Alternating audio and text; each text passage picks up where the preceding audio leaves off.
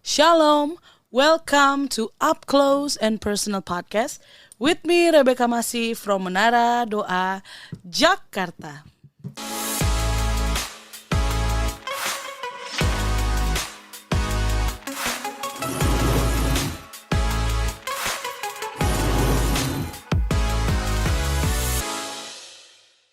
Masih dalam Kingdom Culture Series, kita akan kembali membahas tentang Kingdom Culture yang terdapat dalam Matius 5. Dan masih juga bersama dengan Ibu Elke Wijanarko. Shalom Ibu. Shalom Beka, shalom semuanya. Hari ini kita akan membahas Matius 5 ayat 33 sampai 37 ya Bu. Oke. Aku bacakan, kamu telah mendengar pula yang difirmankan kepada nenek moyang kita, jangan bersumpah palsu, melainkan peganglah sumpahmu di depan Tuhan. Tetapi aku berkata kepadamu, janganlah sekali-kali bersumpah baik demi langit, karena langit adalah tahta Allah, maupun demi bumi, karena bumi adalah tumpuan kakinya. Ataupun demi Yerusalem, karena Yerusalem adalah kota raja besar. Janganlah juga engkau bersumpah demi kepalamu, karena engkau tidak berkuasa memutihkan atau menghitamkan sehelai rambut pun. Jika ya, hendaklah kamu katakan ya, jika tidak, hendaklah kamu katakan tidak. Apa yang lebih daripada itu berasal dari si jahat. Dikatakan jangan bersumpah palsu ya Bu ya. Bagaimana dalam kehidupan kita sehari-hari, kayaknya untuk kepentingan pribadi mungkin, demi dilihat orang atau apa, kadang kita suka bersumpah gitu, bahkan mengatasnamakan nama Tuhan. Nah itu bagaimana tuh Bu? Dalam ayat ini bilang gak boleh bersumpah Bu. Iya, jelas nggak boleh ya. Iya. Nggak boleh bersumpah. Jadi kan Tuhan mau mengenapinya sekali lagi dengan kalau pakai sumpah itu juga nggak akan bisa. Maksudnya itu kan sumpah itu harus melebihi ya. Iya. Harus lebih dari atas sumpah terhadap apa gitu ya. Ini katakan kalau kamu bersumpah demi, nah mau pakai demi apa? Demi langit yang buat Tuhan. Iya. Nah berarti kamu bersumpah demi Allah, nggak bisa juga seperti itu. Ya. Artinya kamu nggak akan mampu kalau kita sumpah itu berarti kamu bisa melakukan melebihi dari apa yang kau sumpahkan itu. Iya. Seperti itu. Kita nggak bisa buat langit, sedangkan langit itu buatan Allah. Iya. Kenapa kita harus bersumpah tentang hal tersebut? Ya. Seringkali sumpah itu ini kan karena adanya ketidakpercayaan atau orang tersebut supaya kayaknya yakin gitu loh. Iya. Seperti itu ya. Nah, yang mau Tuhan sampaikan adalah kejujuran BK. Nah ini kembali lagi hati BK ya. Memang tentang budaya kerajaan surga, kingdom culture itu hanya sentral dan fokusnya di dalam hati. Itu yang mau dibersihkan, yang mau dibereskan oleh Tuhan adalah hati. Dan masalah manusia, kejatuhan manusia juga karena hati. Nah itu yang mau dibereskan. Oleh karena itu mau dibawa kembali kepada kebudayaan yang sesungguhnya, kebudayaan yang benar. Ya, kebudayaan di surga yang benar adalah kalau iya katakan iya. Dari mana budayanya? Dari Tuhan Allah Bapa sendiri, dari Raja kita sendiri, Tuhan Yesus Kristus. Ya, janji firman Allah ya dan amin. Gak ada ya mudah-mudahan. Ya kalau aku berkenan. Ya kalau ini gak ada ya dan amin. Apa yang tertulis dalam firman Tuhan ini ya dan amin. Setiap perkataan yang keluar dari Allah Bapa itu ya dan amin. Gak ada delay, gak ada batal atau gak ada maaf ya nggak jadi deh misalnya gitu, nggak ada lagi ya. Tapi mau dibawa kembali manusia ini kalau hanya mengikuti hukum Taurat seperti itu, ada sumpah, harus bersumpah. Kalau katakan ya mereka, karena mereka harus sumpah seperti itu. Tapi dikatakan jangan membuat sumpah, lebih baik kamu sampaikan kalau iya katakan iya, kalau misalnya itu tidak katakan tidak. Semuanya berpusat kepada keadaan hati. Ya kenapa kalau kita berkata ya mulut saja tapi hati tidak? Nah ini juga nggak sesuai. Iya betul. Ya, atau kebalikannya, mulut tidak tapi hati iya. Ya, nggak perlu sumpah Tuhan mau sampaikan. Di sini Tuhan mau mengajarkan juga tentang budaya karena kebanyakan manusia itu munafik. Ya semuanya kemunafik seperti ini, ahli-ahli Taurat juga seperti itu. Ya teguran Tuhan karena mereka kelihatan di depannya oh ya memuji Tuhan, ternyata di balik di hatinya ada niatan melakukan semua yang kita bahas kemarin itu percuma. Mulut berkata memuji Tuhan tapi dalam hati ada dendam, ada benci kepada saudara, kemudian ada keinginan melebihi, menginginin seseorang, Iya. berzina seperti itu. Tapi mulutnya memuji Tuhan. Ya. Ini Tuhan mau sampaikan, hatimu ketika kamu berkata tidak, harus yang keluar dari mulut juga tidak. Ini harus sama. Kalau iya, mulut keluar katakan iya. Nggak perlu sumpah. Nggak perlu sumpah. Kadang kan kalau sumpah tuh kayak udah di atas gitu ya, Boy, kayak mengconvince orang, meyakinkan orang, ini bukan gua loh yang bikin. Ya, bersumpah bahkan dalam nama Tuhan gitu. Supaya orang percaya dengan apa yang mungkin dikatakannya, apa yang dilakukannya gitu. Kecenderungannya kita kan kadang suka begitu ya, Bu ya. Iya, iya. Jadi memang itu tidak boleh ya kita lakukan ya, Bu ya. Itu seperti orang munafik. Iya. Tuhan Yesus juga mengecam hal tersebut di dalam Matius ya. Matius 23 kepada ahli Taurat juga di situ ya. Di ayat yang 15 deh. Ya. Celakalah kamu hai ahli-ahli Taurat dan orang-orang Farisi. Ini dia melakukan hukum nih semuanya yang kita bahas tadi ya. Yang melakukan semuanya. Sebab kamu mengarungi lautan dan menjelajah daratan untuk menobatkan satu orang saja menjadi penganut agamamu, dan sesudah ia bertobat kamu menjadikan dia orang neraka yang 2 kali lebih jahat daripada kamu sendiri. Kemudian Tuhan katakan, celakalah kamu hai pemimpin-pemimpin buta yang berkata bersumpah demi bait suci. Sumpah itu tidak sah, tetapi bersumpah demi emas bait suci. Sumpah itu mengikat. Hai kamu orang-orang bodoh dan orang-orang buta. Apakah yang lebih penting, emas atau bait suci yang menguduskan emas itu? Bersumpah demi mezbah. Sumpah itu tidak sah. Tetapi bersumpah demi persembahan yang ada di atasnya, sumpah itu mengikat. Hai kamu orang-orang yang buta, apakah yang lebih penting, persembahan atau mezbah yang menguduskan persembahan itu? Karena itu barang siapa bersumpah demi mezbah, ia bersumpah demi mezbah juga demi segala sesuatu yang terletak di atasnya. Dan barang siapa bersumpah demi bait suci, ia bersumpah demi bait suci dan juga demi dia yang diam di situ. Dan barang siapa bersumpah demi surga, ia bersumpah demi tahta Allah dan juga demi dia yang bersemayam di atasnya. Celakalah kamu hai ahli Taurat dan orang-orang Farisi, hai kamu orang-orang munafik. Ya, sebab ini 1/10 selasi kamu sebab 1/10 dari selasi hadas manis dan jintan kamu bayar. Tetapi yang terpenting dalam hukum Taurat kamu abaikan, yaitu keadilan dan belas kasihan dan kesetiaan.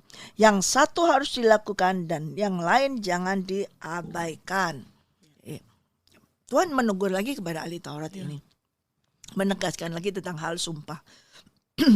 Karena itu bukan budaya daripada kerajaan surga. Ya. Mereka seringkali bersumpah mau yang lebih tinggi, mau cari yang lebih tinggi, mau bait suci demi bait suci. Sedangkan itu mana tadi kita sudah baca ya. Kalau demi surga, nah yang di surga siapa? Tuhan. Kita kan nggak bisa bersumpah seperti itu. Tuhan mau mengajarkan. Lebih baik kamu katakan ya, ya, tidak, tidak.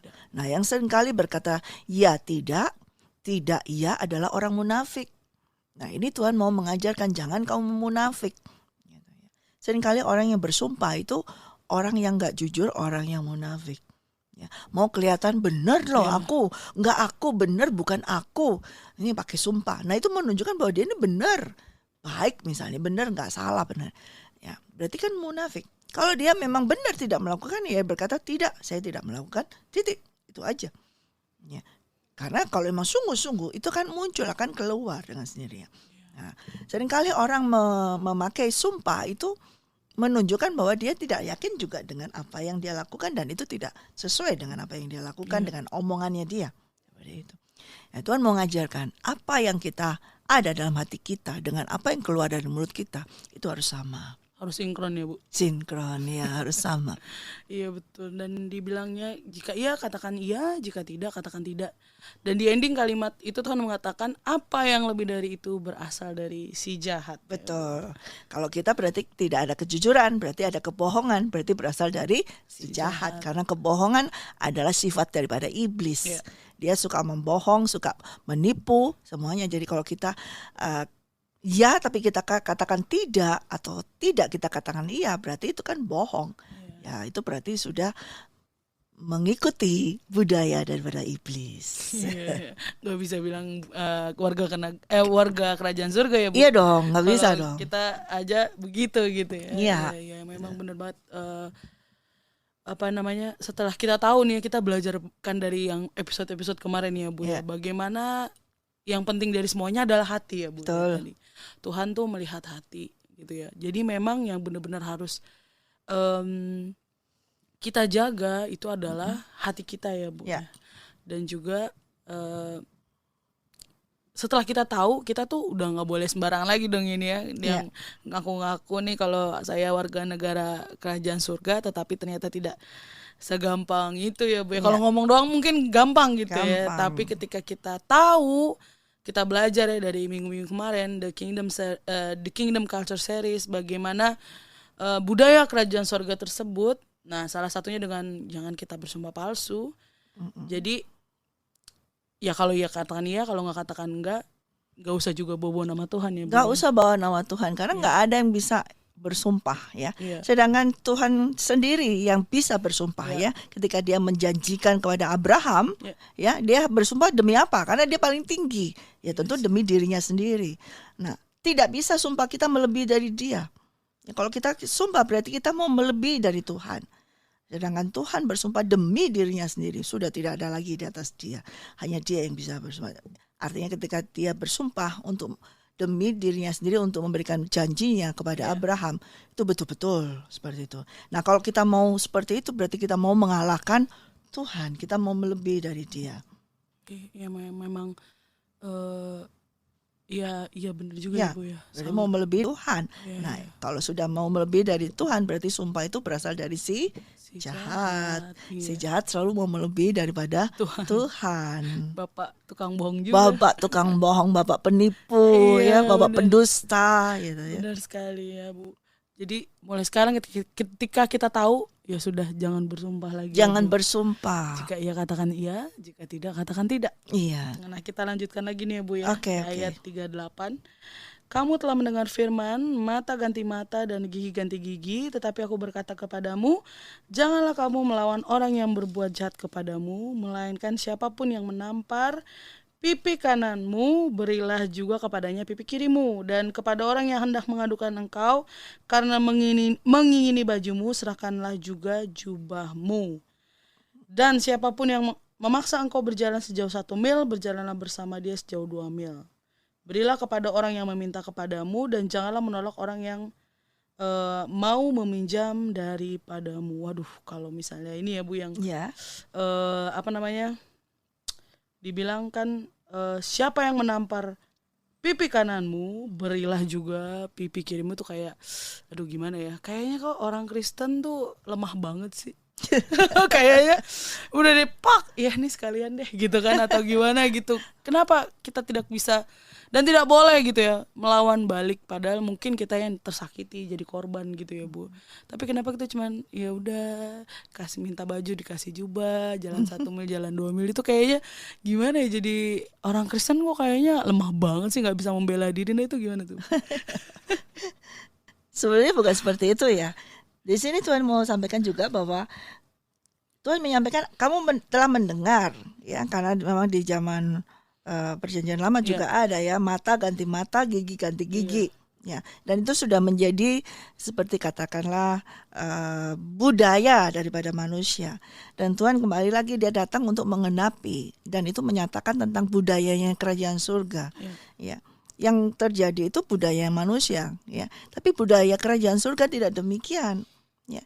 Kalau kamu ditampar pipi kiri, ya, Pipi kanan. pipi kanan kasih pipi kiri.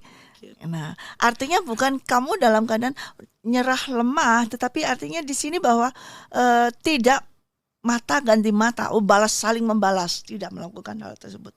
Balas, kamu diginiin, balas lagi, Iya. nggak akan habis seperti itu. Ya, di budaya kerajaan surga tidak ada kita diajar untuk saling membalas, karena pembalasan itu adalah miliknya Tuhan sendiri. Kalau mau mata ganti mata itu suatu pembalasan. Iya. Gigi ganti gigi suatu pembalasan. Jadi kalau kita mengalami penganiayaan, kita mengalami disakitin orang, janganlah kita mau membalasnya. Karena itu adalah miliknya Tuhan. Pembalasan adalah miliknya Tuhan. Jadi kita ya oke, kalau kamu nyakitin aku dapat. Bukan terus ya udah deh, ini aku pipiku, aku kiri, aku kasih. Nggak kayak gitu lagi sepertinya.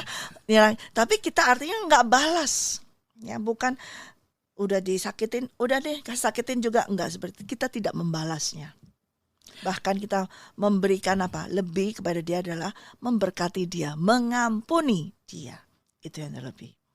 Ya, kalau yang tadi balas-balas itu kayak film kungfu Chinese zaman dulu ya. Nah, itu menjadi sudah budaya manusia sejak dari awal dulu ya. Manusia jatuh dalam dosa, mata ganti mata, gigi ganti. Terus menurun sampai keturunan keberapa mereka jadi permusuhan terus, nggak akan selesai. Dan itu membuat apa? Kehidupan manusia, hati manusia juga kotor terus. Sekalipun mereka katanya pintar, tapi tetap kotor karena penuh dengan dendam. Dan itu juga berasal daripada iblis. Sedangkan Tuhan mau kasih tahu itu budayanya iblis. Kalau mata ganti mata, gigi ganti gigi. Ya. Tapi dalam kerajaan surga tidak demikian. Ya. Kalau kamu disakiti, kamu mengampuni dia. Ya, seperti Tuhan Yesus. Tuhan Yesus dicambuk. Tuhan Yesus dipukulin, dia nggak balas mukul, walaupun bisa loh, dia nggak balas mukul, dipaku di kayu salib. Ya. Apa yang dia lakukan? Berkata kepada Bapa, ampunilah mereka karena mereka tidak tahu. Tuhan mau ajarkan, itu budayaku, itu budaya kerajaan surga. Tidak ada lagi mata ganti mata, gigi ganti gigi. Kelihatan lemah nggak sih, Bu? Tidak, sama sekali. Justru tidak akan kelihatan lemah. Ya, mungkin menurut manusia, tapi kita hidupnya mau dilihat manusia atau mau dilihat Tuhan. Ujungnya yang penting adalah kita hidupnya harus dilihat Tuhan, karena kita akan hidup bersama Tuhan. Betul nggak sih? Kalau kita mau dilihat manusia aja, manusia hidupnya sepanjang apa, umurnya sampai berapa? Kita mau lihat supaya tampil bagus, supaya ini dilihat orang gini. Tapi kita ini endingnya harus terus bersama dengan Tuhan. Jadi kita harus memperhatikan apa yang kita hidup ini dari sudut pandang Tuhan. Karena kita harus hidup bersama dengan Tuhan itu kekal selama-lamanya. Kalau kita hanya supaya dilihat orang, oh ya kamu ini ya, nanti aku kalau nggak balas aku kelihatan lemah. Orang yang melihat, tapi bagaimana sudut pandang Tuhan. Dan sedangkan Tuhan sudah mengajarkan, kalau kamu ditampar pipi kananmu, kasih pipi kiri. Bukan memberikan kesempatan, tapi kamu mengampuni lebih lagi. Kalau kananmu ditampar, kamu ampuni dia. Makanya dilanjutkan lagi, selanjutnya adalah kalau ada orang yang mengambil apa, mengadukan kamu, mengadukan engkau, ini bajumu, ya, kepingin baju, kasih jubah, baju dengan jubah lebih mahal jubah.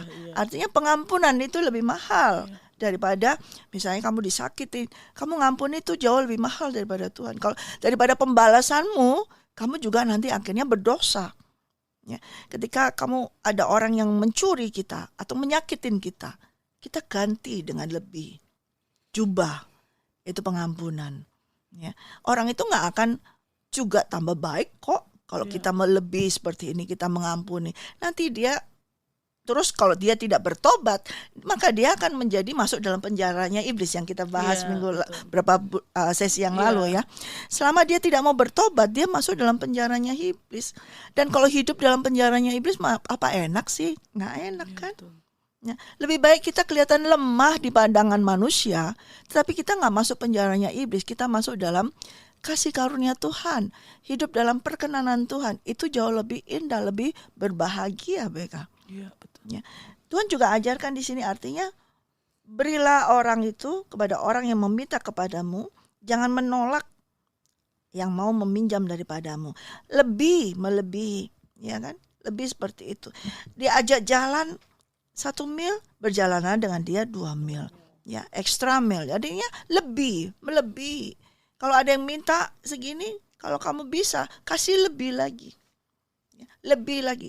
Ada orang yang mungkin berbuat baik sama kamu, kamu harus lebih berbuat baik lagi kepada dia. Ada orang yang jahat, Iya. bukan lebih jahat lagi kepada dia, tapi harus lebih mengasihi kepada dia. Iya, iya. Kalau kata orang-orang kalau dia jahat, gua lebih jahat Iya, lagi. banyak itu. Saya pun dulu pakai prinsip seperti itu, hitung 3 kali kan. Lu jahat, gua lebih jahat kan gitu kan. Iya. Saya dulu demikian juga. Tapi ketika Roh Kudus mengajarkan, wow luar biasa, ini budaya kerajaan surga, itu ternyata dulu budaya iblis yang saya Iya. pakai. Ya, dan memang ketika saya melakukan itu nggak ada damai sejahtera sama sekali. Yang ada adalah gemes terus, marah terus, seperti itu nggak membuat saya damai. Tapi ketika saya melakukan dengan budaya kerajaan surga, disakitin sakit, BK. Jelas-jelas kelihatan banget nusuk, nyakitin, ketahuan banget nyakitin. Tapi ketika saya mengampuni, itu adalah sukacita damai sejahtera yang luar biasa, melebihi dari harta, dari apapun. Kalau kita mau extra mile ini, kalau kita mau ikut budayanya dari Tuhan, itu luar biasa. Karena Tuhan itu mengetahui masalah semuanya balik lagi ke hati. Ya, di hati. Hati itu yang luar biasa. Jadi dalam kehidupan kita ini, kita seringkali punya masalah dalam kehidupan kita. Ya. Dan sumber dari permasalahan dalam kehidupan kita itu adalah di dalam hati kita, ya. Bukan yang di luar, tapi dari hati, ya. The heart of the problem is the problem of the heart. Jadi kalau kamu mengalami masalah, itu problemnya bukan masalahmu, tapi hatimu itu problem, itu yang punya masalah. Nah itu yang mau dibenari. Nah kehidupan manusia ini, begitu manusia jatuh dalam dosa, masalahnya di mana? Di hati. Oleh karena itu Tuhan datang untuk meluruskan, kembalilah ke budayaanku kembali. Aku akan meluruskan hatimu. Setelah hatimu lurus, kamu gak akan punya ada masalah lagi. Sekalipun masih ada orang yang jahat sama kamu, kamu gak punya masalah gitu loh. Seperti itu. Kamu gak punya masalah dengan surga. Kamu gak punya masalah dengan hubungan dengan surga. Kalau hatimu benar, hatimu murni, kamu tidak akan punya masalah dengan surga. Nah, kenapa kita punya masalah terus? Karena kita membiarkan diri kita, hati kita ini dikuasai oleh masalah kita, masalah hati kita. Nggak enak, sakit, disakitin, dia nyakitin gini. Itu yang jadi terus kita, aduh, setiap hari mikirin, aduh sakitnya perkataannya orang itu ya, seperti itu. Itu kita fokusnya ke situ. Itu kan masalah di hati kita. Nah, ini yang mau Tuhan betulkan, ini yang mau Tuhan bersihkan, ini yang mau Tuhan pulihkan, ya. Jangan kita fokus kepada hati kita yang disakitin, mendengar ini nggak enak terus, tapi kita lebih baik kita fokus apa? Forgive, mengampuni. Dan ketika kita mau forgive, maka kita akan menerima kasih karunia dari Tuhan, dan itu melebihi dari segalanya. Iya betul ya. Ketika kita mengampuni orang yang menyakiti kita, itu memang wow, rasanya damai banget. Damai sekali. Makanya itu Tuhan selalu ajarkan, ampuni, forgive, beri, not for sale. Forgive, ya. Jadi memberi, beri. Makanya kan ada yang minta bajumu, kasih jubah. Iya. Lebih kasih, beri pengampunan. Beri pengampunan lebih. Bahkan overthinking gitu ya, yang sekarang yang hari-hari ini sedang dialami mungkin oleh anak-anak Gen Z gitu ya, yang waduh gimana nih overthinking apa segala macam, itu semuanya memang the problem is your heart. Dari hati. Masalah di hatinya dia. Kalau dia nggak bersih, nggak murni, ya terus jadi pikiran di situ. Kalau dia hatinya condongkan kepada Tuhan, condong kepada kerajaan surga, jadi nggak akan punya masalah. Dia nggak akan pikir gimana nggak akan ada. Dia tahu sudah. Iya benar sih, dan aku ngalamin juga gitu ya Bu ya, maksudnya dari beberapa waktu yang lalu gitu ya, aku belajar banyak tentang Raja Daud, bagaimana dia mengelola stresnya apa segala macam dan menyerahkannya kepada Tuhan. Ya sekarang semakin di sini benar juga ya, maksudnya ketika kita menyerahkan kepada Tuhan, hati kita baik benar gitu ya, ya udahlah. Kadang sih ya ada sedikit-sedikit, tapi nggak terlalu gimana Bu. Kayak khawatir, kadang nggak suka, aduh khawatir gimana nih, aduh. Dan itu ya puji Tuhan ya, tidak menggerogoti kalau diri aku secara pribadi gitu, tidak terlalu bagaimana, ya udahlah gitu loh. Pokoknya aku menjalani hari betul. dengan Tuhan, saat hari ini cukup hari ini gitu. Amin, betul. Karena jadi Ya seperti itu Ya, gitu. karena itu yang diajarkan oleh Tuhan Iya, Yesus benar. ketika Tuhan mengajarkan tentang doa ya. Iya.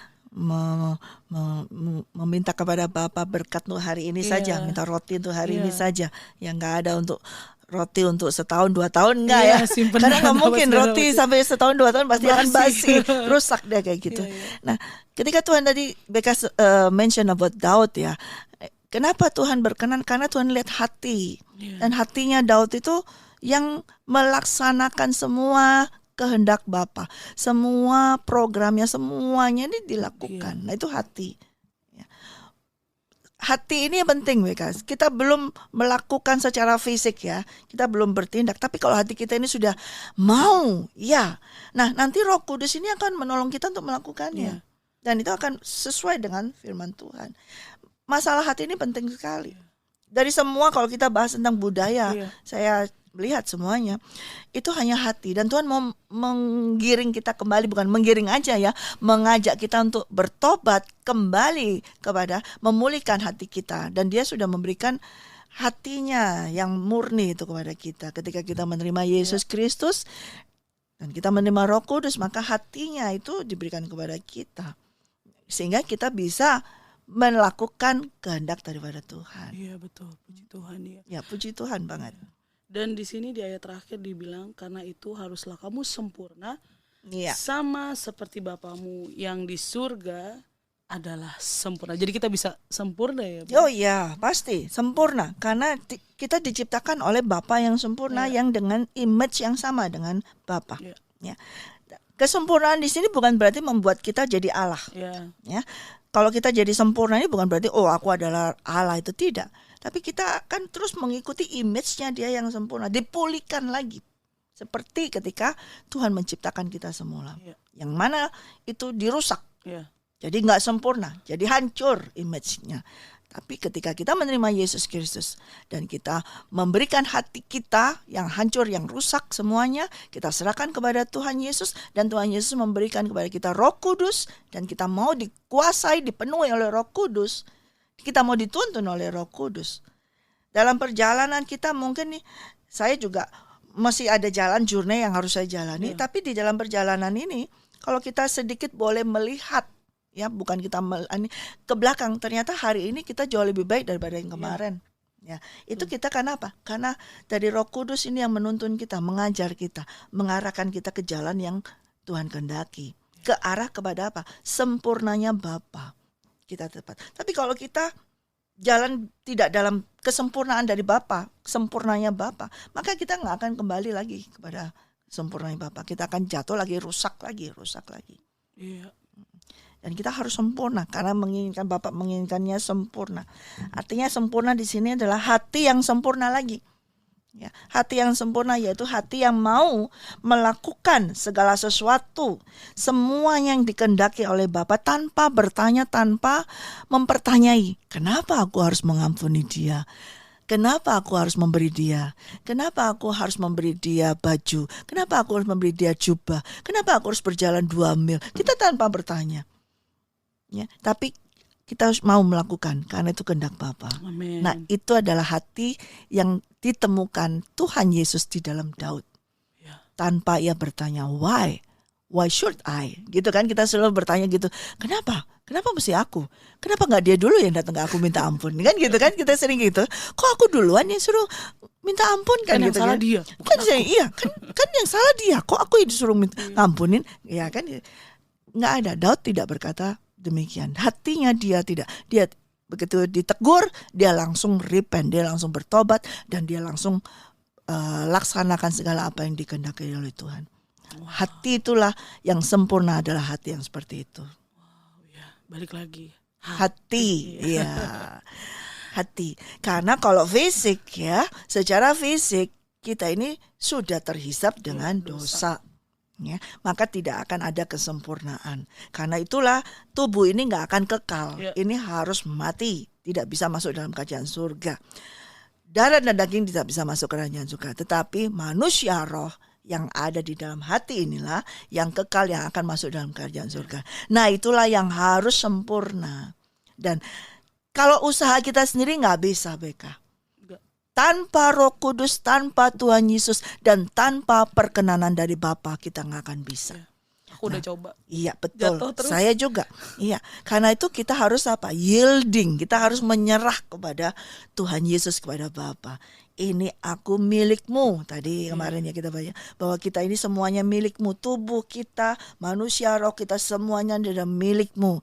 Dan aku mau masuk dalam rencana, dalam kehendakmu, mengikuti rancangan kehendakmu. Maka itu kita akan dibawa sempurna seperti Bapa. Manusia roh. Amin. Haleluya, puji Tuhan. Kita sudah belajar banyak dari The Kingdom Culture Series. Yes, haleluya. Dan akhirnya kita harus menjadi sempurna sama seperti Bapa yang di surga adalah sempurna. Iya. Terima kasih. Terima kasih Ibu. Beka. Pelajaran hari ini Bapak Ibu Saudara, saya percaya setiap kita diberkati oleh podcast Up Close and Personal episode kali ini. Sampai di sini dulu podcast kita pada hari ini. Terima kasih untuk support Bapak, Ibu, Saudara, Saudari sekalian. Jangan lupa di like, subscribe, dan nyalakan lonceng serta share podcast Up Close and Personal. Be ready for He is coming. God bless you.